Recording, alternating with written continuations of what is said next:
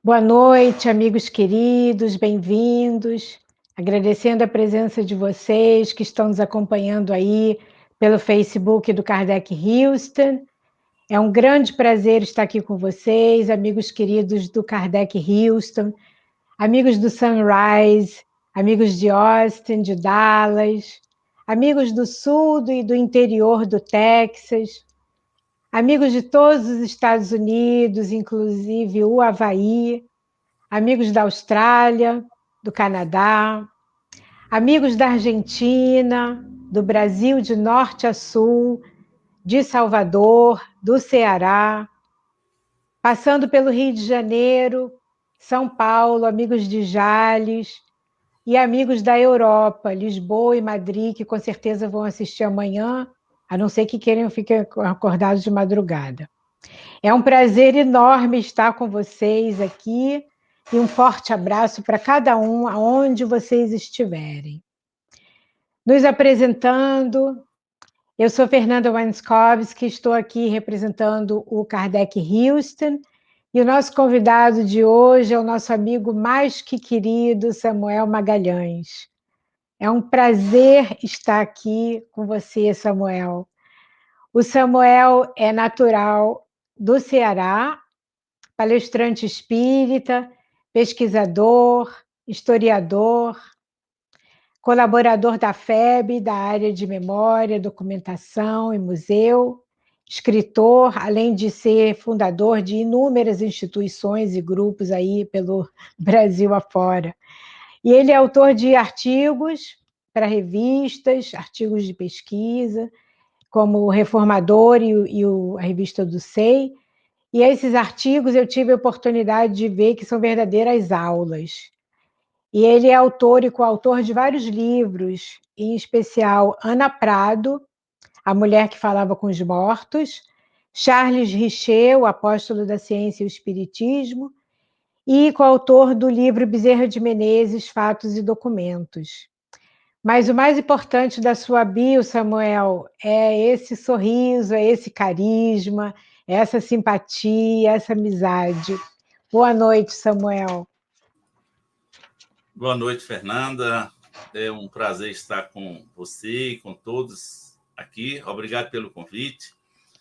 Deixo aqui o meu abraço a todos os que acompanham os trabalhos que você vem coordenando e, desde já, pedir a Jesus que nos abençoe e nos mantenha em sua paz na noite de hoje. É uma alegria e uma satisfação poder compartilhar do ensino espírita com todos vocês, já que, para nós, o espiritismo é essa bússola que deverá nos conduzir ao reino dos céus. Obrigado. É uma grande emoção que Jesus realmente nos conduza e que nós possamos aprender bastante hoje e praticar nas nossas vidas esse aprendizado. Realmente é uma emoção muito grande estar aqui e você trazendo essa mensagem para a nossa comunidade, e essa mensagem vai estar sendo assistida não só agora, mas depois, por pessoas de vários lugares do mundo que já me contactaram e disseram, vou estar com você, ou então o pessoal da Europa, como eu falei, disse, não vou poder porque vai ser 2h30 da manhã, mas com certeza sábado de manhã eu vou ouvir. Então, realmente, a gente agradece muito esse carinho e você ter aceito o nosso convite, ainda que seja tarde no Brasil, né, 9h30 da noite, de uma sexta-feira, mas que você conseguiu acomodar, mesmo sendo 3 horas mais tarde, esse encontro. Muito obrigada. E nós, então, começamos, como sempre, com uma prece, pedindo luz. Nesse momento, unimos os nossos corações, envolvidos por essa paz, por essa amizade que nos une a todos, pedindo que nós possamos ser orientados nesse momento, inspirados, agradecendo imensamente essa oportunidade de estarmos aqui juntos. Pedimos que ilumine o caminho do nosso amigo que vai trazer a palavra de hoje, Samuel Magalhães, e que todos aqueles que estão conosco tenham seus lares visitados por esses benfeitores, que são os coordenadores desse trabalho, os nossos mentores, anjos guardiães e amigos espirituais. Que todos nós possamos ter uma noite de muita luz, de muito aprendizado, e que possamos, ao final dessa live, nos sentirmos mais persistentes, mais inspirados, mais direcionados para enfrentar os nossos desafios, não vendo eles como desafios, mas como convites para o nosso progresso. Então, agradecemos mais uma vez aos benfeitores desse grupo e os benfeitores do Samuel essa oportunidade de estarmos juntos, pedindo a luz para que essa mensagem seja entregue de acordo com a sua vontade, Pai, com a vontade do Pai Criador e de Jesus, nosso modelo e guia. Muito obrigada. Estamos todos juntos e unidos num abraço. Que assim seja. Os nossos convidados gostam de saber de onde vocês estão participando, então, por favor, coloquem aí a cidade, de onde vocês estão participando conosco, o estado, o país, e vai ser muito legal esse momento juntos. Os últimos dias de Jesus na Terra. Parafraseando o que você mesmo falou, Samuel, suas próprias palavras, você disse: são dias tão importantes que Marcos, dos seus 16 capítulos, dedica 6 a eles. E João, dos seus 21 capítulos, 10 são para falar dos últimos dias. Então, Samuel, nós vamos ouvir você agora abrir a live comentando sobre esse assunto, introduzindo o tópico, e logo em seguida nós vamos, então, seguir com as perguntas. Eu vou estar aqui pertinho de você, tá? Obrigado, Fernanda. Falar sobre os últimos dias de Jesus, em especial a sua última semana aqui na Terra conosco, antes da sua ressurreição, é algo que nos leva à consciência, a planar em mundos mais sutis, porque Jesus tem esse condão de tomar-nos pela mão, pelo coração, conduzindo aí aos páramos do mundo espiritual. A última semana de Jesus, os últimos dias de Jesus, acontecem numa primavera. Era primavera naquele tempo, quando Jesus chega a Jerusalém. Ele que na sua última viagem saíra de Cafarnaum e contornando a Samaria pelo leste, ele vai vaguear o Jordão em Jericó. Dali, Jesus vai se dirigir a Betânia e a Befagé e depois a Jerusalém. Ele sabia o que o aguardava. Ele sabia que naqueles dias iria dar o seu maior testemunho perante a humanidade acerca da sua crença, da sua certeza na imortalidade, porque ele seria levado à crucificação. Os evangelistas, praticamente todos, vão colocar esses instantes aí próximos à unção. João Evangelista vai nos falar da unção em Betânia, na casa dos irmãos Marta, Maria e Lázaro. João é o único que traz o nome do personagem que ungiu Jesus, com o perfume de nardo, um perfume muito caro à época. E Maria tem esse papel de ungir Jesus. Era um reconhecimento de que ele era o Messias, de que ele era esse rei dos judeus. E por isso aquilo era um ato tanto quanto subversivo. E alguns estudiosos afirmam ou sugerem que os outros evangelistas não trouxeram o nome de Maria, assim como de alguns outros que estiveram muito ligados a Jesus nesses dias, porque eles corriam um risco muito grande. E João, quando escreve seu evangelho, todos esses, ou quase todos, já haviam desencarnado, por isso ele traz os nomes. Então, Maria é quem unge Jesus, vai nos dizer João Evangelista, na casa dela e dos seus 2 irmãos. E a partir daquele momento é que vai se desenrolar esses últimos dias de Jesus. Quando nós vamos para o Evangelho de Marcos, ele tem uma característica interessante que não encontramos em nenhum outro. Ele vai nos dizer o que Jesus fez dia a dia, a partir do domingo, que passou a história do cristianismo como o domingo de Ramos. Ele vai dizer no dia a dia o que Jesus fez. Então, naquele domingo, que era o primeiro dia da semana da Páscoa, Jesus deixa Befagé, que fica também ali no Monte das Oliveiras, para ir a Jerusalém. É aquele momento em que ele manda que 2 de seus discípulos ou apóstolos fossem em busca do jumentinho para ele entrar naquele jumentinho em Jerusalém, naquele domingo de Ramos. E aqui nós vemos uma coisa interessante, porque esses dias de Jesus, principalmente a partir da prisão de Jesus, que vai acontecer naquela semana, nós conhecemos como a paixão de Cristo, que divide essa parte da história entre paixão e ressurreição. E quando nós vamos à etimologia da palavra paixão, nós vamos encontrar 2 sentidos para ela no correr dos tempos.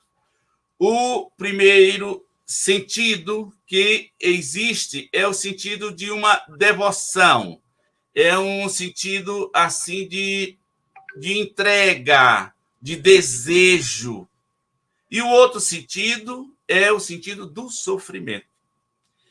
E Jesus, naqueles dias, ele mostra e vai vivenciar essas 2, digamos assim, acepções da palavra paixão. A sua primeira paixão, que é que vai dar origem à segunda, é a paixão pelo reino de Deus. É a paixão pelo Pai Celestial. É a paixão pela humanidade, em que ele derrama o seu amor, envolvendo a todas as criaturas. É a paixão pela justiça distributiva. É a paixão pelo socorro aos que sofrem. Essa é a primeira paixão de Jesus, esse desejo ardente que o envolvia e que transbordava. E essa primeira paixão, como dizíamos, ela leva à segunda paixão, que é o sofrimento, que é a paixão ali trazida pela justiça punitiva dos homens, representado ali por Pilatos, que quando nós vamos para a história, se tem a ideia que Pilatos é que ordena a crucificação de Jesus. Inclusive, isso está no livro na obra Guerra Judaica, de Flávio Joséfo, em que ele diz claramente que Jesus foi condenado à cruz por Pilatos. Então, essa paixão de Jesus pelo Pai, pelos irmãos, leva a outra paixão, que é o sofrimento, em função dessa justiça distributiva. Mas naquele dia de domingo de Ramos, em que Jesus vai entrar na cidade de Jerusalém, nós temos um simbolismo, se nós observarmos. Os potentados, os governadores, eles não viviam em Jerusalém. Eles viviam, à época, em Cesareia Marítima. Era uma cidade litorânea, era uma cidade de clima mais agradável e que havia sido embelezada. O nome Cesareia era exatamente uma homenagem a César. Então, naquele dia, naquele primeiro dia da Páscoa, nós vamos ver duas procissões entrando em Jerusalém. Jesus chega pelo leste, com os camponeses, montado no seu jumentinho ali, num simbolismo, numa representação do reino divino, do reino espiritual, que não tem essas raízes na terra física. E do outro lado da cidade, pelo lado oeste, estava chegando a comitiva de Pilatos. Pilatos com seus soldados, que vinham para reforçar ali os soldados que já ficavam permanentemente em Jerusalém, porque eles temiam conflito sempre nesses momentos, porque a Páscoa judaica era uma das grandes festas, a mais sagrada deles, embora a que fosse mais popular fosse a festa das tendas, mas a festa mais sagrada era a festa da Páscoa. Então, os judeus vinham de todos os lugares, e os governantes romanos temiam que houvesse tumulto. Então, naquele dia, Pilatos deixa Cesareia e se dirige a Jerusalém. Então, nós vamos ver, de um lado, o reino divino entrando pelo leste, e pelo lado oeste chegando o reino humano, o poder aqui da terra, como se fosse um confronto, Jesus demonstrando que o reino dos céus não é que se oponha às coisas terrenas, mas é que ele é superior. Então, nessa entrada triunfal, como é dito nos textos bíblicos, nós vamos observar principalmente isso, em que se diz que as pessoas colocam ramos, flores no caminho e falavam que ele era o filho de Davi, que ele era o rei judeu que estava chegando. E aquilo tudo, é claro, irrita cada vez mais os judeus e os fariseus, os escribas ali de Jerusalém, e também os romanos, embora Roma não desse tanta importância a isso. Então, esse é o primeiro dia de Jesus nessa última semana. E Marcos vai relatando, no segundo dia, aí Jesus tem ido ao templo. No segundo dia, é aquele dia em que ele vai trazer-nos a parábola da figueira seca. É um simbolismo também extraordinário, em que ele compara o povo judeu àquela figueira. Ele diz que Israel é aquela figueira, que Jesus vai procurar figo, porque ela estava frondosa. E isso por quê? Porque as figueiras, ali na região, especialmente, antes de botar a folhagem, elas frutificam. Então, quando a folha chega, é porque já há fruto. Por isso, Jesus foi procurar fruto, porque ele viu a frondosa. Então, ele vai procurar fruto, mas ela não tinha. Era só a aparência. Então, ele vem falar dessa aparência do que, às vezes, chamamos de falsos religiosos, e que Allan Kardec também, quando comenta a parábola no Evangelho segundo o Espiritismo, ele faz uma comparação com os oradores, que ele diz que tem mais brilho que solidez. Por quê? Porque é uma coisa de aparência. Então, quando se viu uma figueira com muita folhagem, é porque ela já deveria ter colocado os frutos. Ou seja, quem recebeu muita informação espiritual tem que dar frutos. É natural que comece a florescer, que comece a frutificar. Então, ele traz esse simbolismo para a gente na segunda. E assim o Marcos vai dizendo, e aí no dia seguinte, e vai até chegar a Páscoa. Vamos falar da Páscoa, o nosso tempo é restrito. Sobre a Páscoa não é uma festa cristã.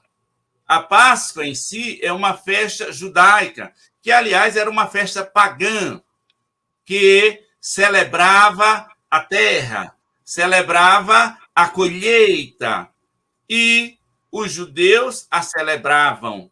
E como nós vamos encontrar, está lá no livro de Êxodo e também Deuteronômio,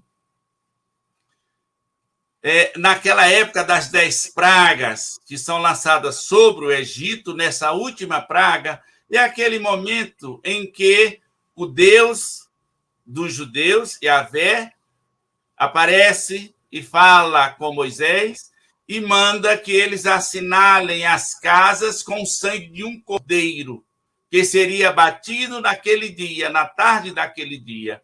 Porque, diz o texto, todos os primogênitos iriam morrer naquele dia.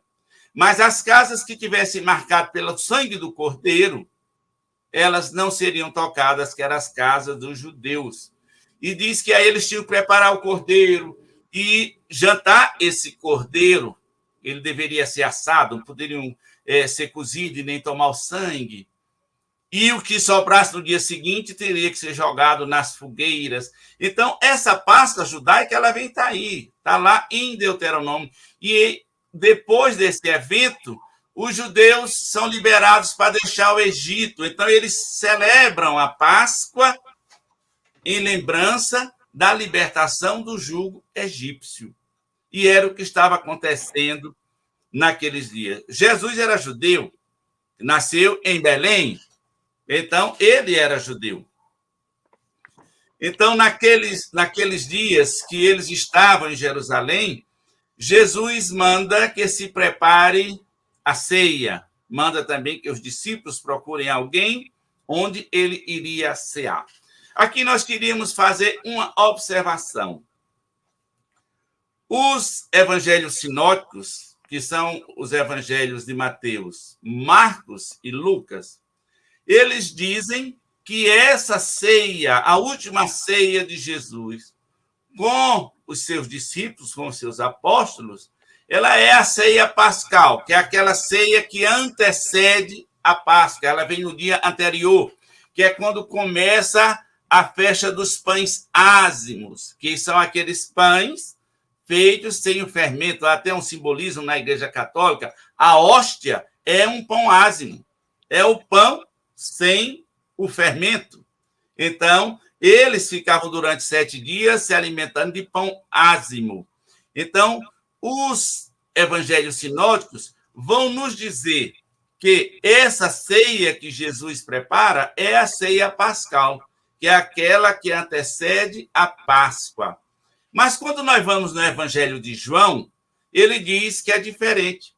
Enquanto o sinótico diz que é no dia 15 do mês de Nissan, que é aquele mês que começa com a primavera entre março e abril, João vai dizer que a ceia foi no dia 14 de Nissan, ou seja, um dia antes do que dizem os sinóticos.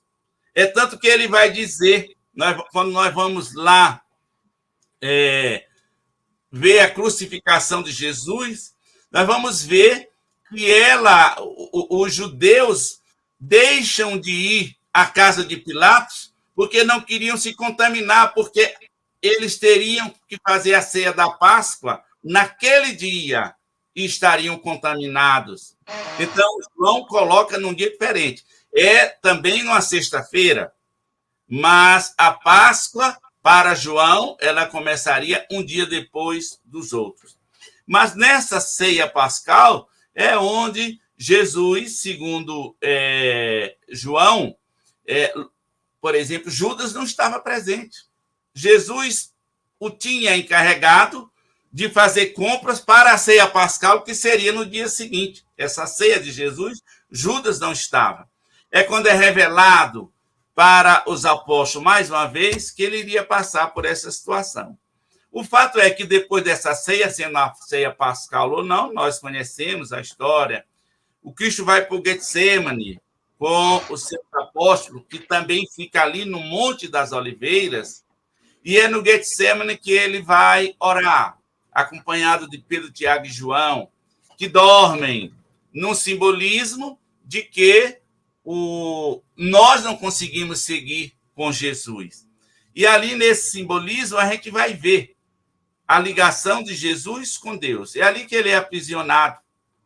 É ali que Pedro vai decepar a orelha de um serviçal do sumo sacerdote, que em João aparece o nome de Pedro e o sumo sacerdote é Malco, o que não acontece nos outros sinóticos, não traz o nome. E dali Jesus é conduzido ao sinédrio. Alguns dos evangelhos vão colocar que Jesus é levado primeiro para Anás, e depois é que vai a Caifás. Anás era sogro de Caifás, e Anás foi sumo sacerdote até o ano 15. A partir daí, o sumo sacerdote, na verdade, era Caifás, mas Caifás era genro de Anás. E aí nós vamos ver o julgamento entre os judeus. Alguns dos evangelistas colocam que o sinédrio se reuniu e que acusaram Jesus, mas eles não podiam levar Jesus à morte assim. Por quê? Porque ali quem mandava era Roma. Então, que eles levam a Pilatos, para que Pilatos pudesse julgar Jesus. E aí tem um fato interessante, e que nós lembramos, inclusive, de Emmanuel, no livro Há 2000 anos, em que ele fala, inclusive, Emmanuel está nessa reunião que Pilatos faz com muitas outras pessoas para discutir a questão do Cristo, a questão de Jesus. E nessa reunião, Emmanuel vai relatar que a mulher de Pilatos, Cláudia Prócula, manda um aviso a Pilatos, dizendo para que ele não julgasse aquele justo, porque ela tivera sonhos muito angustiados na noite anterior. Esse fato está narrado também em Mateus, está em Mateus 27:19. Não traz o nome da mulher de Pilatos, mas fala da intervenção dela. Essa mulher de Pilatos, esse nome, nós vamos encontrar num apócrifo chamado Atos de Pilatos, ou alguns o traduzem como o Evangelho de Nicodemos. Ele fala da mulher de Pilatos e mais tarde vai aparecer o nome dela como Cláudia Prócula, que era neta do imperador Augusto, que é aquele imperador de quando Jesus nasceu. Ele foi quem fundou o Império de Roma aí por volta de 27 a.C. Isso é um fato interessante, porque Emmanuel vem confirmar. E quem é essa Cláudia Prócula? É a Santa Cláudia da Igreja Católica. Então, nós temos todos esses personagens. O nosso tempo realmente é pouco para nós falarmos de todos eles, mas queríamos ainda falar de Simão Cirineu, que é aquele que ajuda Jesus na subida da cruz, e que Marcos vai dizer que era pai de Alexandre Rufo, que está relacionado em Atos dos Apóstolos, mostrando que se tornou cristão, assim como a tradição também o diz. Também temos na tradição a mulher hemorroíça, aquela que enxuga o rosto de Jesus, que nós conhecemos essa imagem como o véu de Verônica. É a Santa Verônica da tradição católica. Verônica vem de veroícno, ou verdadeira face de Jesus. É aquela mulher que foi curada por Jesus. Então, ele esteve acompanhado. E aí nós vamos ter a crucificação. Nós vamos acompanhar ali, principalmente próximo de Jesus, Maria Madalena, Maria Mãe de Jesus, João Evangelista. Nós temos Longinos, que Humberto de Campos vai nos dizer. Longinos é aquele que lanceia Jesus. Longinos, Humberto de Campos vai nos dizer, no livro Brasil, Coração do Mundo, que é Pedro II. Talvez viesse a ser a última reencarnação dele aqui na Terra, esse Longinos. Então, nós conhecemos toda essa história que permeia Jesus. Depois nós vamos ter ali o sepulcro, por conta de José de Arimateia, e logo depois a ressurreição, em que Jesus vai aparecer a Maria Madalena. E só a partir dali nós temos cristianismo. Até então não tínhamos cristianismo. Mas ele aparece a Maria de Madalena, e esse fato é tão importante que Paulo vai nos dizer na sua epístola aos Coríntios, no capítulo 15, versículo 14, que se Jesus, se não houvesse ressurgido, se não tivesse acontecido a ressurreição, vã seria a nossa fé. Não teríamos cristianismo. Eu vou deixar aqui, Fernando, agora o tempo para as perguntas, haveria muito mais a falar, mas o nosso tempo é limitado. tá bom? Nossa, podia ficar aqui horas ouvindo você, não só eu, como todo mundo, porque essa história é muito rica e o magnetismo dela faz com que, após 2021 anos, ela esteja mais viva ainda do que nunca. E as pessoas buscam, estão com sede dessa lição, né, do Calvário. Então, você mencionou a aparição dele para Maria de Magdala, e deve ter sido bastante assim controversial na época, por que ele apareceu para ela e não apareceu para nenhum outro apóstolo. Então, você poderia falar um pouquinho desse grupo de 12 que ele formou, dos apóstolos, cada um diferente do outro, cada um com as suas limitações, né? Mas que conseguiram ir até o fim, até esse fim, vamos dizer, e depois continuaram trazendo a mensagem. Olha, esses eventos dessa última semana de Jesus, alguns historiadores entendem que não foi uma semana, foi muito mais tempo, mas vamos tomar como sendo uma semana por uma questão didática. Ela foi de fundamental importância para a semeadura do cristianismo, porque os apóstolos, os seguidores de Jesus, de uma maneira geral, o ouviam falar da vida futura, desse reino dos céus, mas eles não tinham consciência de como isso acontecia, não tinham muita clareza, apesar de verem espíritos, como no caso de Pedro, Tiago e João, viram Moisés e Elias materializados junto ao Jesus no Monte Tabor, mas eles não sabiam como acontecia, então havia um temor muito grande. Então, quando há a desencarnação de Jesus no Gólgota, e ele retorna, ele estava dizendo que realmente a vida continua, e continua plena. E o que é que acontece com os apóstolos nessas horas de angústia? Nós sabemos que, pelos evangelhos, que Pedro é um dos poucos, ele mais um discípulo, são os que seguem até a casa de Caifás, ou a casa de Anás, o grupo, para saber o que ia acontecer com Jesus depois da sua prisão no Getsemane. E ali Pedro vai negar Jesus, nesse episódio muito conhecido, e que, por conta disso, muita gente, às vezes, quer diminuir a grande figura desse extraordinário apóstolo, que é Simão Pedro. Mas ele nega Jesus ali, naquele momento. Os sinóticos vão dizer que os apóstolos fugiram naquela hora, que eles fugiram. Mas João Evangelista diz que não foi isso. Diz que eles foram liberados, porque, segundo João, quando chega Judas com os soldados romanos e os soldados do Sinédrio para prendê-lo, ele diz, é a mim que procuras, deixai que eles partam. E aí os apóstolos vão diante dessa fala de Jesus. Mas, depois do episódio da crucificação, o temor aumenta.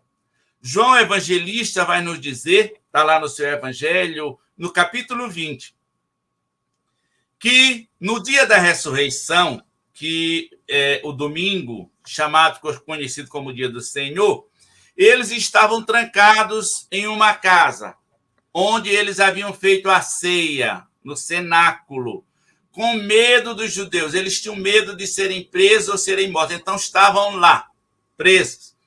E Maria Madalena, desde que encontrou Jesus, conforme está lá em Lucas, no capítulo 8, versículo de 1 a 3, é o único evangelho que fala de Maria Madalena, e Maria Madalena só aparece nos evangelhos essa única vez durante a vida messiânica de Jesus. Depois ela vai aparecer a partir da crucificação só. Então, Maria é uma pessoa que seguiu a Jesus muito de perto, foi uma discípula fervorosa. E ela renuncia ao mundo para seguir Jesus. Lucas vai dizer que Maria Madalena, Joana de Cusa, Susana e algumas outras mulheres sustentavam com seus bens o trabalho messiânico de Jesus. Ou seja, elas é que eram, digamos assim, um motor econômico, financeiro do movimento, porque eles viviam andando para um lado e para o outro e certamente não tinham tempo para trabalhar naquele curto espaço ali, provavelmente de 3 anos. Então, Maria foi alguém muito dedicada a Jesus. Depois, nós vamos encontrar Maria ao pé da cruz, com Maria, mãe de Jesus, e João. Depois que os outros partem, diz o Evangelho, que chega José de Arimateia e Nicodemos, que só quem fala em Nicodemos é João Evangelista. Os outros só falam de José de Arimateia. Mas chega José de Arimateia e Nicodemos. Nicodemos é aquele doutor da lei que procurou Jesus na calada da noite. Eles vêm e pedem a Pilatos, porque José de Arimateia era um dos chefes em Israel. Então, eles vão dar sepultura ao corpo de Jesus. É quando eles vão envolver em linho. O Nicodemos leva 100 libras de perfumes, de aloés e outras ervas para envolver. E quando eles vão tirar Jesus, Maria Madalena continuava ali, para saber onde é que iam colocar o corpo de Jesus. Porque ela também queria vir ungir Jesus. Então, ela observa onde coloca o corpo. E aí, no sábado, é um dia de descanso para os judeus. Ela obedece à lei, conforme está lá em Levítico e em Deuteronômio. E no domingo, então, ela vai ao sepulcro para ungir o corpo de Jesus. É aí, nessa ocasião, em que, segundo João, ela chega, a porta do sepulcro estava aberta, existiam 2 anjos lá dentro, 2 homens, espíritos, mas o corpo de Jesus não estava. É quando ela vai avisar. Aí vem Pedro e João, mas eles chegam e comprovam que o corpo havia sumido, mas eles retornam para casa com medo. Mas Maria, ela ficou ali. E é aí que Jesus aparece para Maria Madalena. Ela primeiro achava que era o jardineiro, num primeiro momento, em que ela ouve uma voz que diz: mulher, por que choras? E ela diz: Senhor, se foste tu que o tiraste daqui, diz-me onde o colocaste para que eu vá buscá-lo. E a voz diz: mulher, por que choras? A quem procurar? E ela reconhece que era Jesus nessa hora, né? Então, ela vai avisar que Jesus havia retornado. Mas os apóstolos ainda duvidam. É quando Jesus vai ter com eles. Jesus vai e entra na casa que eles estavam com a porta fechada. Estava desencarnado. E ali conversa com eles. E um fato interessante é que tinha um apóstolo que não estava, que era Tomé. Então, quando Tomé vem, dizem para ele assim: Tomé, o Senhor voltou. Ele diz: olha, só se eu tocar nas chagas. Quero ver.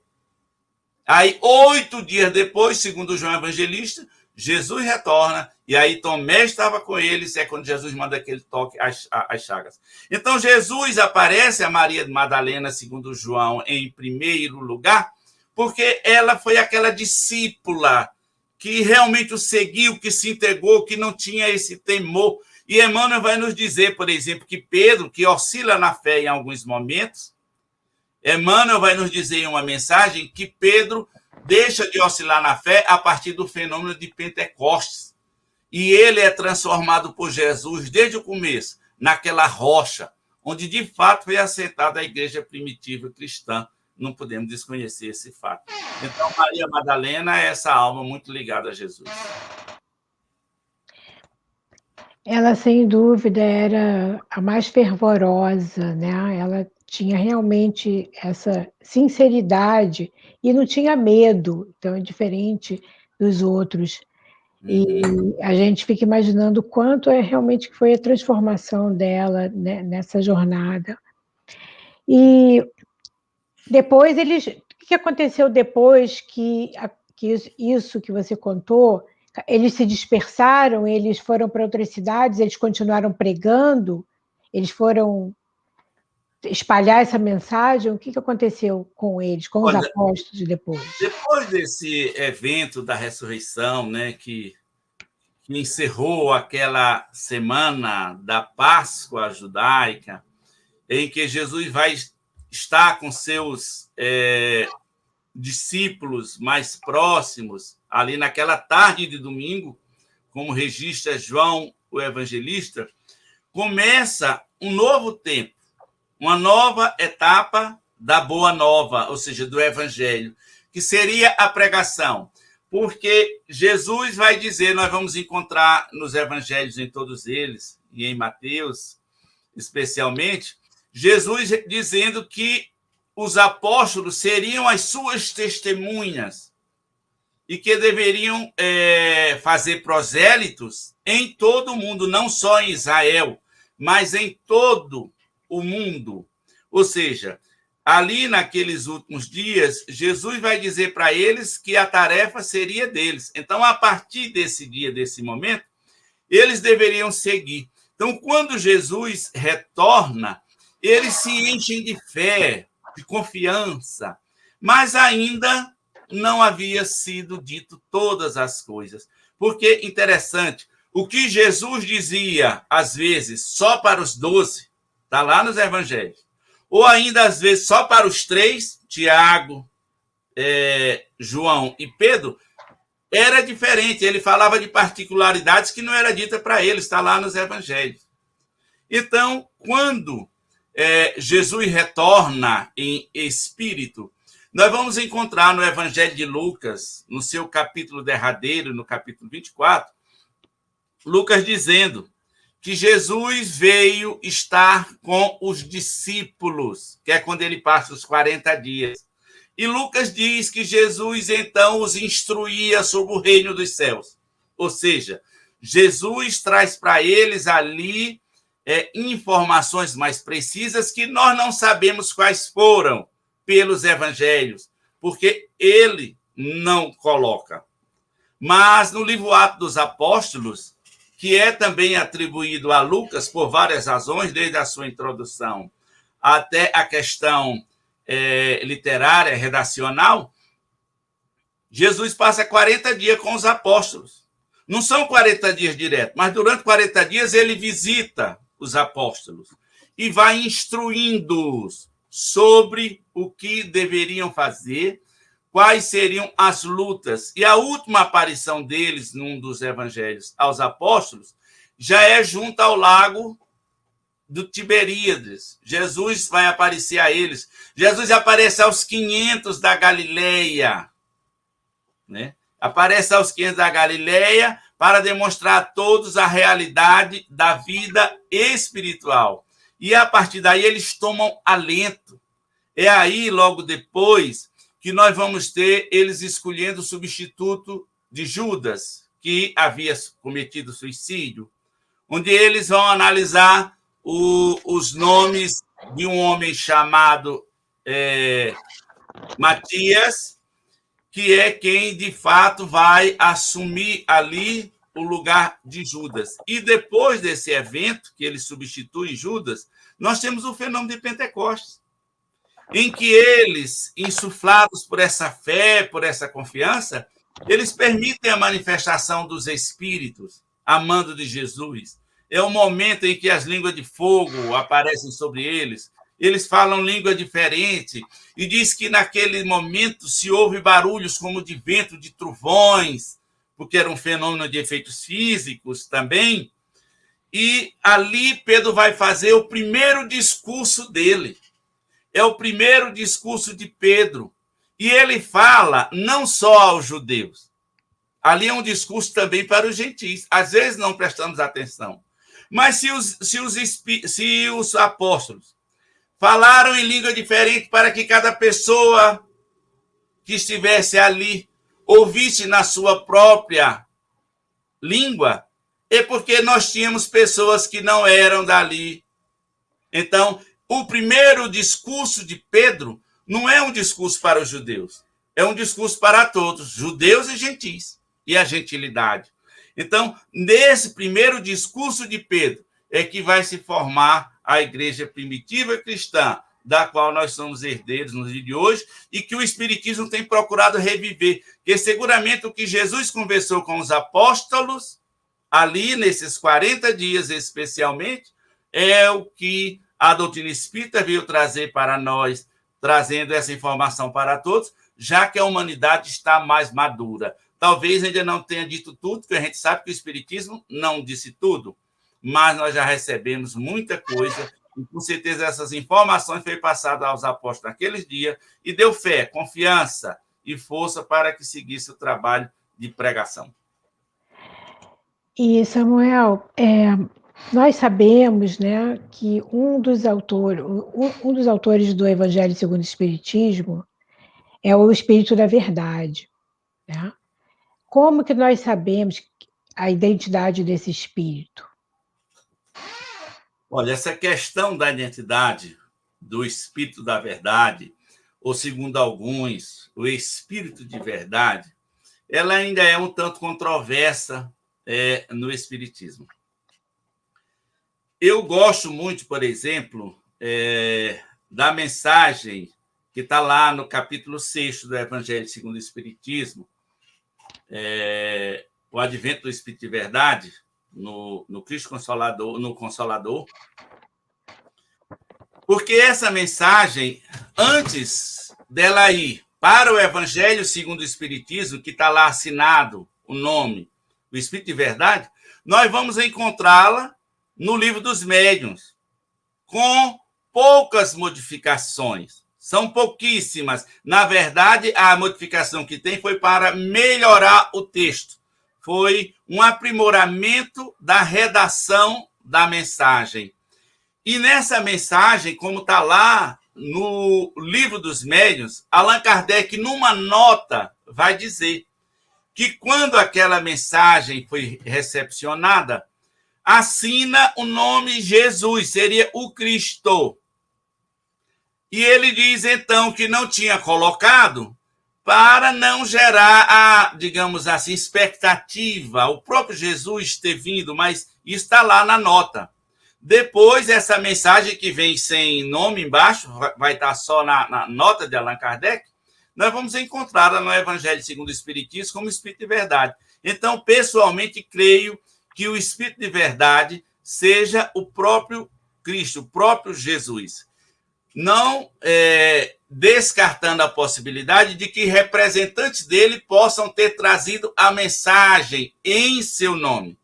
Mas Kardec é um discípulo de Jesus e um discípulo muito próximo, porque Kardec ele está na mesma categoria dos espíritos que trouxeram a codificação, ou talvez até maior, uma categoria mais elevada do que muitos deles.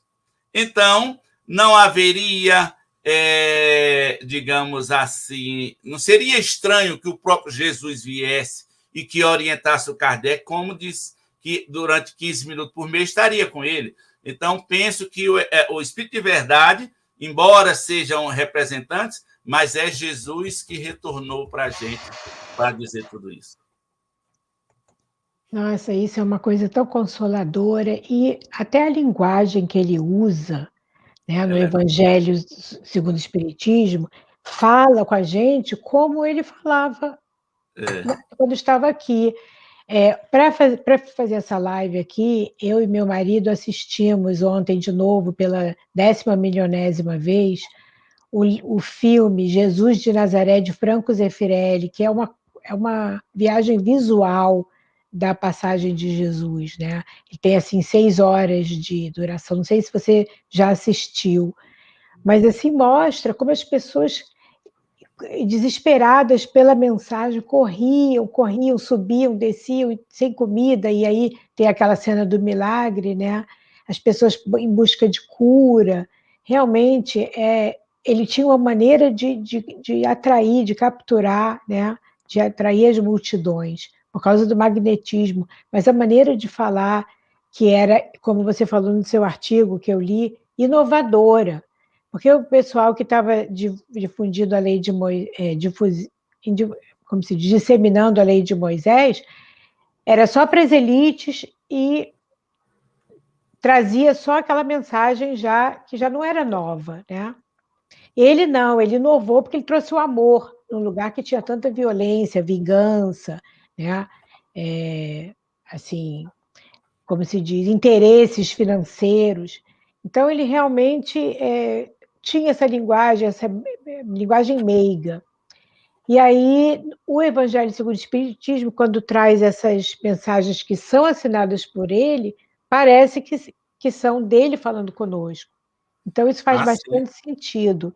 E, como você falou, tem evidências no livro dos médiuns. Não, e a mensagem é linda. Venham como outrora as ovelhas perdidas da casa de Israel. Venham como outrora, quem seria? Né? O próprio teor nos remete a Jesus. E Jesus, com esse magnetismo extraordinário, essa luz, Emmanuel vai nos dizer que quando se estava preparando a chegada de Jesus, a sua reencarnação à Terra, quando os espíritos superiores do sistema, não só da Terra, se reúnem para isso, que vão escolher quem seriam os instrutores, os auxiliares mais próximos, os precursores imediatos. Desde aquele tempo, a Terra começa a ser envolvida. E aí ele vai nos falar, inclusive, do século de Augusto, que foi o imperador romano, em que houve realmente um período de paz, apesar do domínio, houve muito progresso. Então, Jesus, ele exalava isso e tinha uma maneira diferente de falar. A esse respeito de como ele lidava com os necessitados, lembro aqui de Mateus, no capítulo 11, versículo 28 a 30, quando ele diz: vinde a mim, todos vós que estáis sobrecarregados e aflitos, que eu vos aliviarei. Tomai sobre vós o meu jugo e aprendei de mim, que sou brando e humilde de coração, e encontrarei repouso para vossas almas, pois que suave é o meu jugo e leve é o meu fardo. E quando a gente procura na tradição judaica, os meninos judeus, naquela época, as meninas não, mas os meninos, a partir dos 6 anos, eles iam para uma escola, a escola primária chamada Bet Sefer. Nessa escola, durante 4 anos, eles aprendiam a Torá, os 5 livros da Torá, a partir do Gênesis até Deuteronômio, né? Aprendiam os 5 livros. Quando eles chegavam ali aos 10 anos, eles passavam por uma aferição, uma espécie de arguição.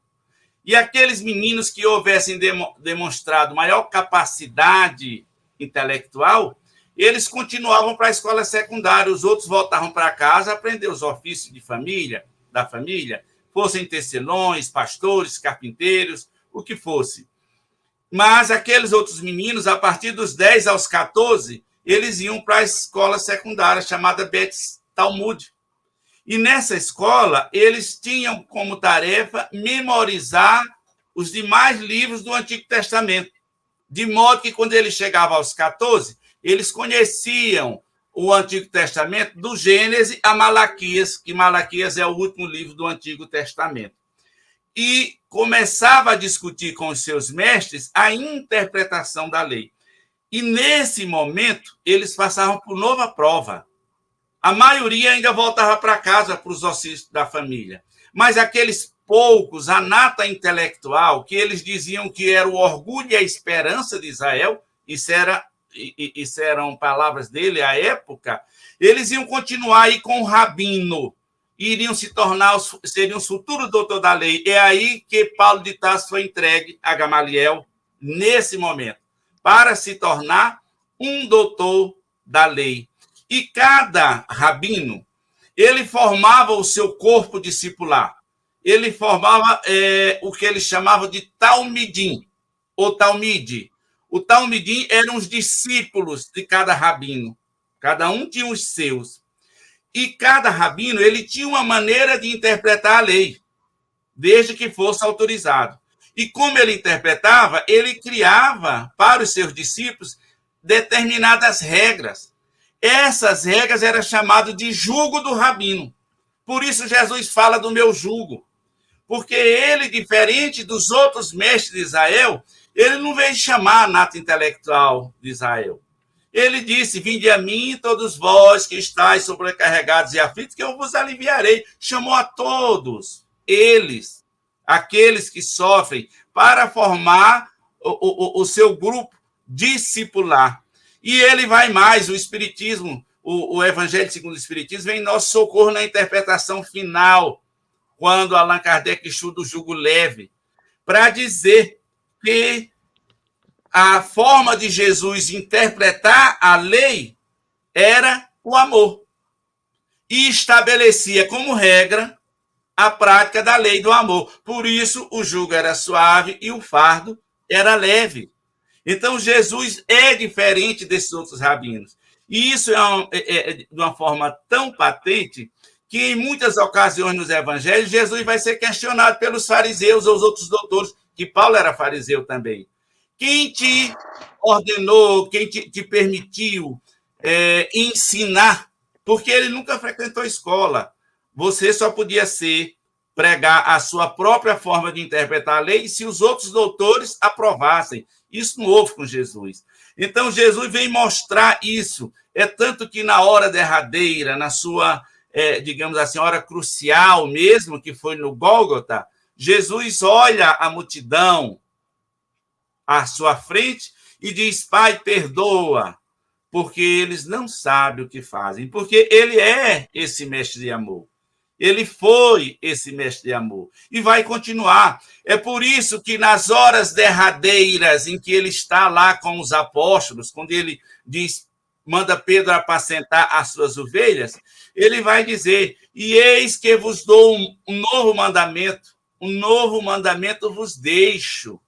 Amai-vos uns aos outros como eu vos amei. Porque a partir de Jesus o padrão não é mais amar o próximo como a nós, mas é amar o próximo como Jesus amou. Nós temos que subir de degrau, né? Nós temos que nos elevar. E esse foi Jesus. E foi por conta dessas questões todas que Jesus, nos seus últimos dias aqui na Terra, sofreu toda essa violência que ele sabia que ia passar, para que a sua mensagem pudesse realmente lançar raízes no homem. E hoje nós temos a bênção disso por esse amor infinito do Cristo em nossas vidas. A coleção de Amélia Rodrigues, ela vai além de outros livros que a gente lê sobre as passagens, porque ela nos permite entrar nessa intimidade e sentir o que ele estava sentindo naquele momento. Então, é uma coleção maravilhosa. E isso que você falou dos espíritos crísticos terem se reunido quando ele, para preparar o plano de encarnação dele, está mencionado no livro A Caminho da Luz, que é fantástico, né? E também o livro Boa Nova também fala um pouco sobre essas passagens. Então, para quem estiver aqui ouvindo e quiser ler mais, a gente recomenda esses 3 livros.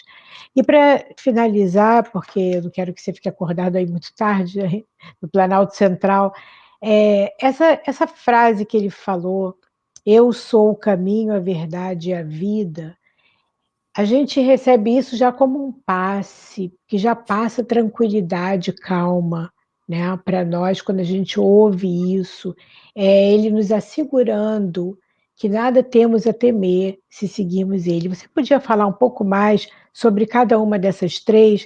O que quer dizer eu sou o caminho, a verdade e a vida, como você também já destrinchou aí 2 outras coisas que esclareceu bastante, o jugo, principalmente.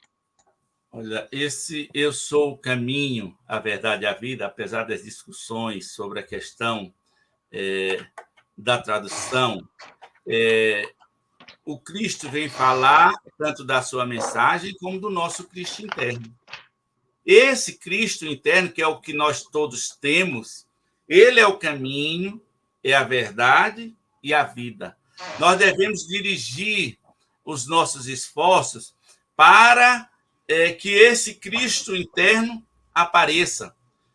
Foi isso, por exemplo, que Paulo de Tarso fez e que levou a dizer: já não sou mais eu que vivo, mas é o Cristo que vive em mim.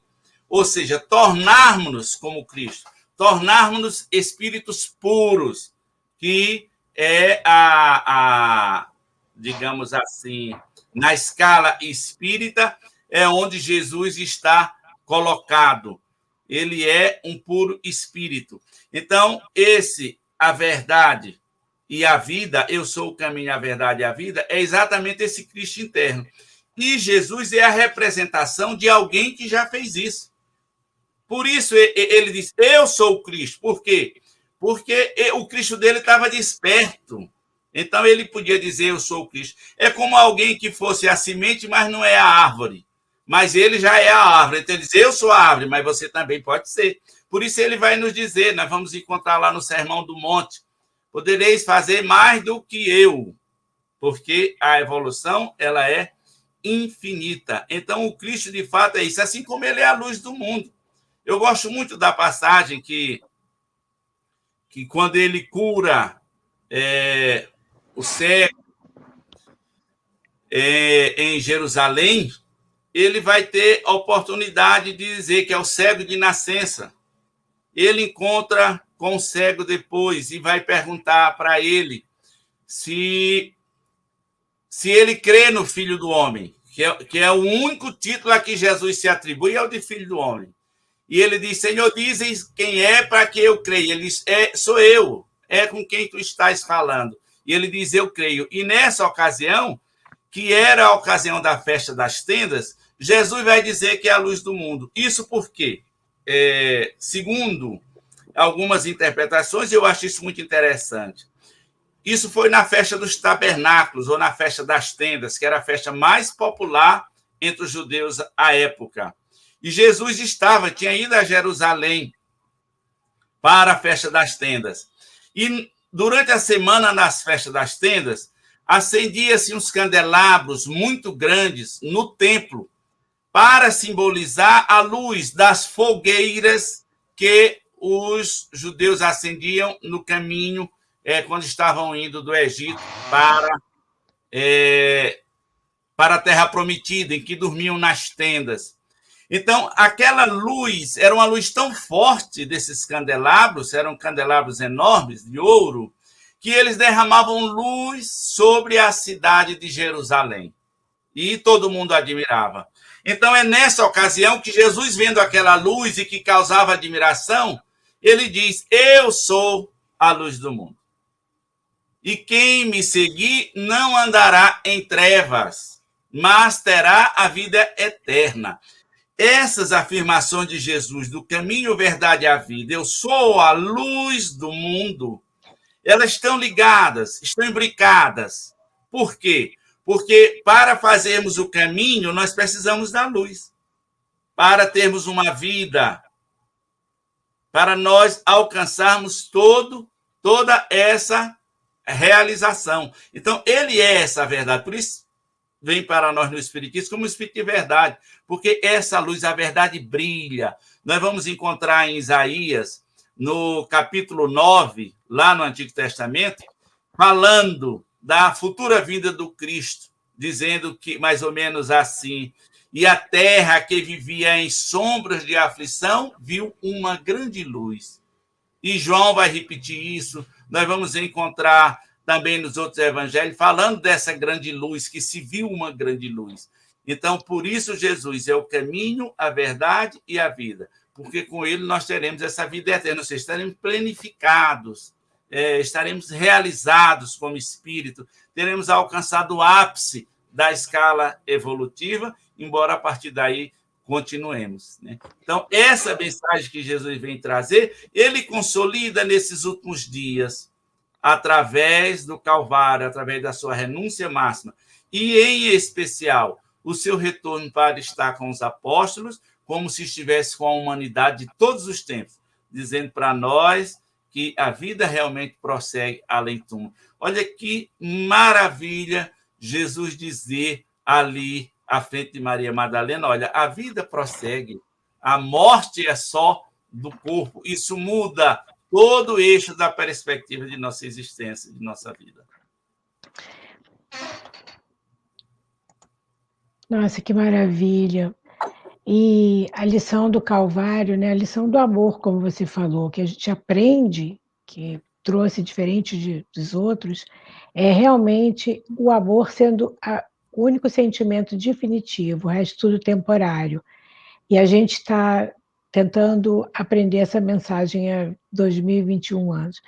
Para, então, encerrar nossa live, Samuel, que mensagem você deixaria para as pessoas que são os trabalhadores espíritas no exterior, que não estão no Brasil, que fundam grupos, que trabalham em grupos, e aqueles que procuram esses grupos num ambiente tão diferente do nosso Brasil?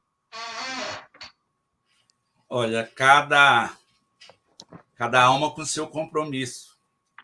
Os nossos companheiros que estão residindo fora do Brasil, estou falando aqui os brasileiros, embora os outros também, lógico, estão incluídos aí, têm esse compromisso e eu diria que são abençoados por isso. Eu acho que são novos Paulo de Tarso, porque o Brasil é o país espírita. Paulo foi chamado para a gentilidade. Vocês estão nesse meio, trabalhando para que essa mensagem se espalhe, porque o espiritismo surge na França, como todos nós sabemos, e depois se aclimata no Brasil, exatamente porque primou por esse lado moral, né? As consequências morais do espiritismo, que muita gente não quer chamar de religião, para não vincular digamos assim, a concepção mais conhecida ou mais tida de religião com rituais, com paramentos e outras coisas. Então, como o Brasil fez isso, o Brasil sedimentou e, logicamente, muitas almas reencarnaram aqui com essa função. Mas muitos se reencarnaram em outros lugares. A mensagem do Cristo ela é geral.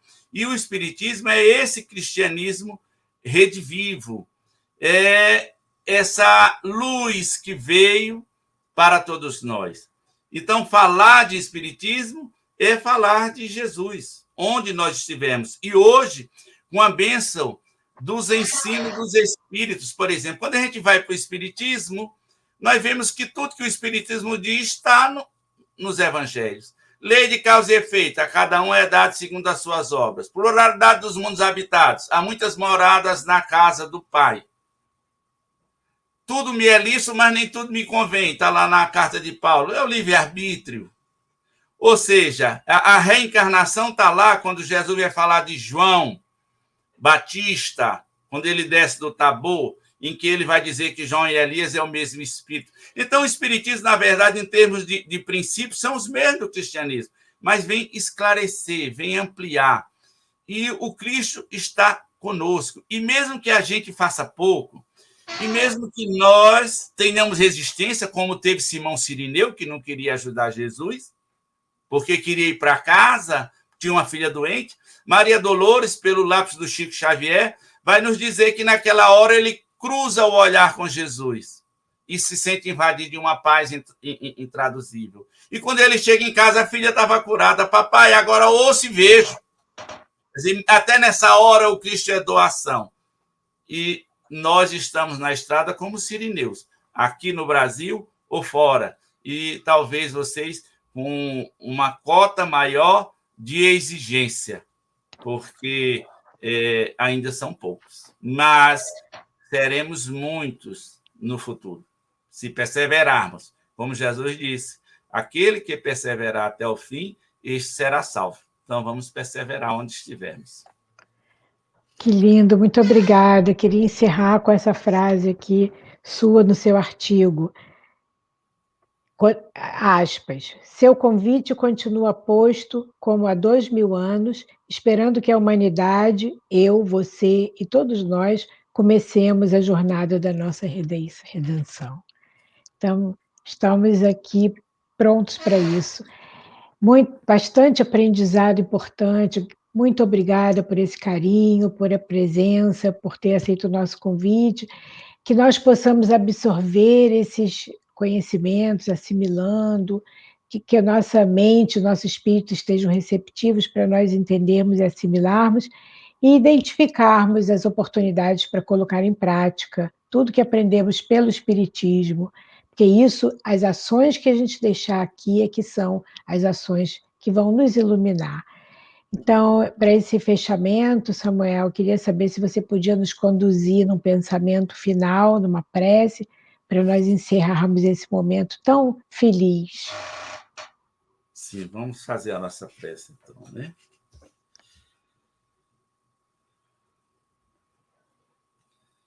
Senhor Jesus, Mestre amado, Divino Tutor de nossas almas, estamos agradecidos pela vida, estamos agradecidos pelas lutas da existência, estamos agradecidos pela família, pelos amigos, estamos agradecidos, Senhor, pela Tua presença em nossas vidas, através do Espiritismo, que é o Teu Evangelho redivivo.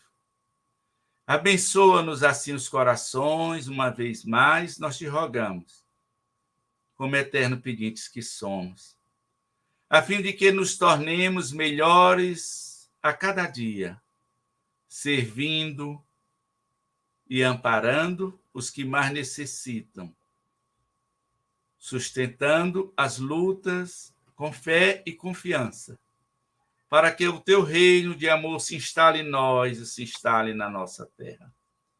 Abençoa, Jesus, os que sofrem, os cansados, os sozinhos, as crianças sem lar, os anciãos abandonados, os que jazem nos cátares da dor, os que padecem a fome, a miséria. São os mesmos de quando tu estivestes aqui 2000 anos, a te estender as mãos, dizendo, Divino Rabi, socorre-me, cura-me.